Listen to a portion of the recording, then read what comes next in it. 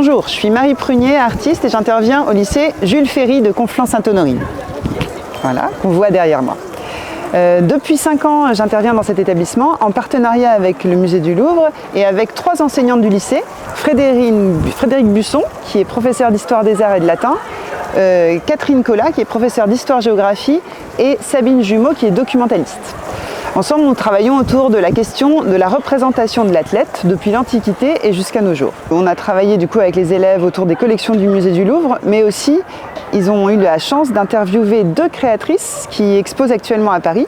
Déborah Amaral, qui expose au musée des Arts Déco et qui a du coup travaillé autour de la mode et du sport. Et puis Marine Pexoto, qui est photographe, qui expose au BAL autour d'un travail qu'elle a réalisé pendant 3 ans avec le Bercy Street Workout autour de la question de l'athlète contemporain. Les élèves ont pu l'interviewer et vous allez pouvoir écouter leurs questions et les réponses des artistes.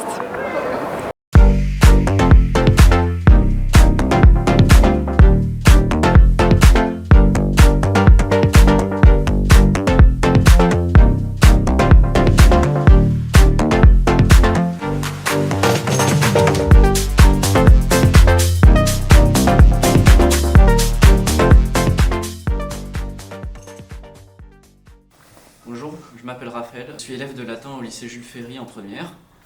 Suite à un projet, nous avons visité votre exposition au musée des arts décoratifs. Lors de l'exposition, j'ai vu que certaines pièces étaient complexes et avec beaucoup de détails. Et je me demandais combien de temps ça vous prenait pour les réaliser. Ben ouais, c'est vraiment des concepts que je pourrais pas développer si des marques me payaient pas pour faire ça, puisque ça prend vraiment énormément, énormément de temps. Mais c'est aussi peut-être pour ça que j'ai gagné ma place aux Arts Déco, c'est parce que je me suis vraiment donné. Enfin voilà, parfois on était même à 6 mains dessus pour pouvoir coudre chaque intersection avec des points visibles à la main. Donc c'était vraiment un défi technique, mais c'est aussi pour ça que le rendu à la fin est un petit peu waouh, c'est parce que vraiment on s'est donné beaucoup beaucoup de peine pour faire cette robe, quoi. Donc voilà. Après je suis contente d'avoir justement, si j'avais pas donné tout ce travail, 3 mois de travail, elle aurait peut-être pas gagné sa place aux Arts Déco et puis justement en photo officielle de l'expo. Donc je regrette pas du tout d'avoir passé ces 3 mois sur cette robe. Bonjour, je m'appelle Blanche, je suis élève en première générale et je fais du latin. J'ai eu l'occasion d'aller visiter l'exposition dans laquelle votre robe apparaît et je me suis posé des questions. Comment avez-vous réagi quand on vous a proposé d'apparaître dans cette expo? Et quelle a été votre réaction quand on vous a dit que vous seriez la tête d'affiche? Merci.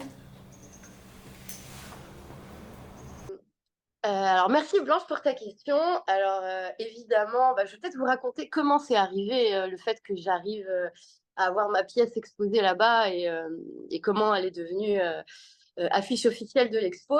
Les Arts Déco ont eu vent que justement se préparait le shooting avec cette robe qui avait été remarquée là-bas. Et donc, ils ont proposé à Lacoste de se greffer sur le shoot pour qu'on fabrique ensemble cette photo qui pouvait devenir justement la photo de l'exposition. Donc du coup, ils sont venus à 10, l'équipe des Arts Déco, sur le shooting. Et du coup, on a réfléchi ensemble à cette image. Donc eux, ils voulaient justement que la robe, elle soit en action. C'était vraiment toute l'histoire du mouvement, du sport qu'il fallait mettre en scène aussi dans la photo. Et donc, du coup, c'était assez génial de réaliser cette image avec les gens des Arts Déco. Moi, j'étais évidemment, déjà quand on me connaît, je suis très hystérique et toujours en train de sautiller. Mais là, je pense que plus personne me retenait tellement je sautais en l'air. Et évidemment, de toute façon, la première fois qu'on m'a dit Deb, il y a moyen que ta photo soit la photo officielle des Arts Déco, pour moi, c'est une consécration, quoi, en tant que petite styliste, parce que moi, je suis pas. Savoir que dans cette expo, je pense que vous avez vu, je suis entourée par des gens comme Olivier Rousteing, Virgile Abloh. Enfin voilà, il n'y a que des têtes de ouf. Et moi, je suis une petite styliste indépendante qui n'a pas travaillé pour des gros, quoi. Donc, c'est sûr que qu'ils choisissent quelqu'un comme moi pour faire de la photo officielle, j'en croyais pas mes yeux. au jour d'aujourd'hui, ça reste encore la plus belle consécration que j'ai eue dans mon travail. Voilà. Bonjour, je m'appelle Valentin, je suis au lycée et dans une classe de première. Et durant votre exposition, je me suis demandé comment vous en êtes arrivé là et si ça avait été toujours votre rêve d'enfant. Merci. Et bah oui, c'était un peu mon rêve d'enfant. Et ah oui, comment j'en suis arrivée là? À force de beaucoup de travail, beaucoup de travail. Pas toujours très bien payé parce que dans ce milieu, faut savoir beaucoup donner avant de recevoir. Mais enfin voilà, à force de travail et d'acharnement et de passion. Voilà. Et c'est bon, c'est pas. Ça ira? Ça ira. Bah, faudrait peut-être le faire en même temps. Bonjour, je m'appelle Anna, je suis lycéenne et quand j'ai visité votre exposition, j'ai vu beaucoup de pièces qui étaient très couture, très mode, mais aussi des pièces qui ont appartenu à de grands sportifs pour des compétitions. Alors je voulais savoir qu'est-ce que vous aimeriez bien habiller dans le futur. Merci. Hello. Alors du coup, pour cette question, j'ai pas vraiment de réponse parce que j'avoue que autant je rêve pas forcément d'habiller de grands sportifs. Moi, j'adore voler les codes du sport ou d'autres mondes, comme le streetwear ou la haute couture, et les mélanger avec d'autres codes un peu contradictoires. Du coup, je suis pas forcément obsédée par le fait de... Enfin, obsédée. Je rêve pas d'habiller de grands sportifs, même si ce serait une belle finalité. Mais enfin voilà, j'adore Serena Williams, Venus Williams, Tony Parker, des gens comme ça, mais j'ai pas forcément une... Enfin, voilà, je rêve pas de les habiller, quoi. Je rêve un peu plus d'habiller Rihanna ou Beyoncé, par exemple. Mais, euh, mais ce que j'aime beaucoup, c'est voler les codes du sport et les transformer dans un autre monde. Voilà. Bonjour, je m'appelle Tania, je suis élève en première générale et j'étais aussi en classe de latin. C'est déjà énorme de faire l'affiche d'une exposition qui est en face du Louvre. Et je me demandais, dans votre domaine, quel est votre but ultime? Voilà, merci. Je dirais d'avoir peut-être... bon, alors après, c'est un peu nul de vous dire ça, parce que vous dites, mais pourquoi elle dit ça alors qu'elle fait l'affiche du musée? D'avoir la reconnaissance peut-être financière parfois que je pourrais mériter après plus de 15 ans de travail dans ce milieu, parce qu'il faut savoir que financièrement, même si on fait l'affiche d'un musée, c'est pas tous les jours facile, qu'il faut refaire ses projets constamment, tout le temps. Enfin, c'est la vie d'entrepreneur, d'auto-entrepreneur. Je rêverais d'avoir justement des revenus vraiment tous les mois, toujours, enfin voilà, et je rêverais de faire une vraie collaboration upcycling avec une marque qui soit produite et pérenne, pas juste des pièces uniques. Je rêverais d'aller un petit peu plus loin dans le fait que c'est plus installé et que je peux vraiment en vivre, même si c'est déjà super d'avoir fait justement l'affiche d'un musée. En tout cas, ça ne veut pas dire que derrière, on a la stabilité qui va avec.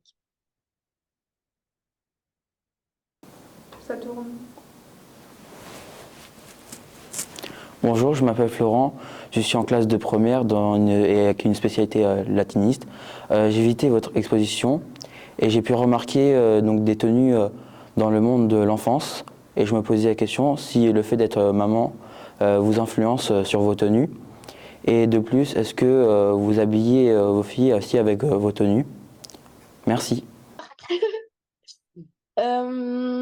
Alors, je pense pas que mes filles m'inspirent vraiment dans ce que je fais, puisque ça, c'est pas mes filles qui m'inspirent vraiment, même si, enfin, niveau style, même si d'un autre côté, c'est elles qui me donnent la force et qui m'inspirent tous les jours pour un milliard d'autres raisons. Et après, j'ai pas forcément pour habitude d'habiller mes filles avec mes créations, pour une raison simple, c'est que j'ai pas forcément le temps de leur faire des pièces à chaque fois. Mais j'ai déjà fait un petit bombers à ma fille. Je compte en faire un à ma deuxième fille. Et par contre, dans mon mode de vie actuel, en fait, j'essaie justement de lier ma vie professionnelle avec ma vie de mère parce que ça a été difficile pour moi de bosser, enfin, voilà, d'être tout le temps en train de bosser, d'être loin d'elle et de devoir parfois choisir entre les deux. Donc aujourd'hui, j'ai décidé de mettre mon atelier dans la maison et du coup de pouvoir, enfin, de n'avoir jamais à choisir entre être avec mes filles ou être avec ma passion. Donc du coup, aujourd'hui, elle travaille avec moi et ce qui me fait très plaisir, c'est que, enfin, elle travaille avec moi, je ne les fais pas travailler, mais bizarrement, elle s'intéresse beaucoup à ce que je fais Et ben, ma petite de 6 ans, elle sait gérer une machine à coudre mieux que certaines stagiaires de 20 ans que j'ai pu avoir. Et du coup, je vois que ça les touche, que ça les sensibilise. Et je suis très contente de ça. Donc, elle m'inspire, mais dans un autre sens. Voilà. Bonjour, je m'appelle Baptiste, je suis élève de première au lycée Jules Ferry et j'ai pu visiter votre exposition avec la classe de latin. Et donc j'ai pu remarquer une évolution de la mode chronologique dans votre exposition. Et donc je me demandais comment vous imaginez la suite de cette évolution dans le futur. Merci. Alors, c'est une bonne question, mais j'avoue que c'est une question qui me dépasse un peu dans le sens, c'est pas moi qui ai créé toutes les pièces de l'expo. Donc, et puis après, j'ai pas la réponse à comment elle va être la mode dans le futur. Ce que j'espère, c'est qu'on apprendra un peu de nos erreurs, qu'on arrêtera les productions dégueulasses made in China comme Chine ou d'autres. Enfin voilà, H&M, Zara, tout ça. À la limite, c'est pas les pires de tout ce qu'on a, mais j'espère qu'on ira vers une mode plus durable, plus éthique, qu'on fera une vraie place à l'upcycling et que voilà, la mode vite achetée, vite consommée, vite jetée change. Voilà ce que j'espère.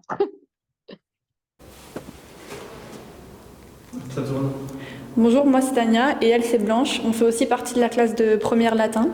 On est allé à l'expo mode et sport et on a vu votre robe et on s'est rendu compte que vous utilisiez beaucoup l'upcycling, aussi sur votre compte TikTok.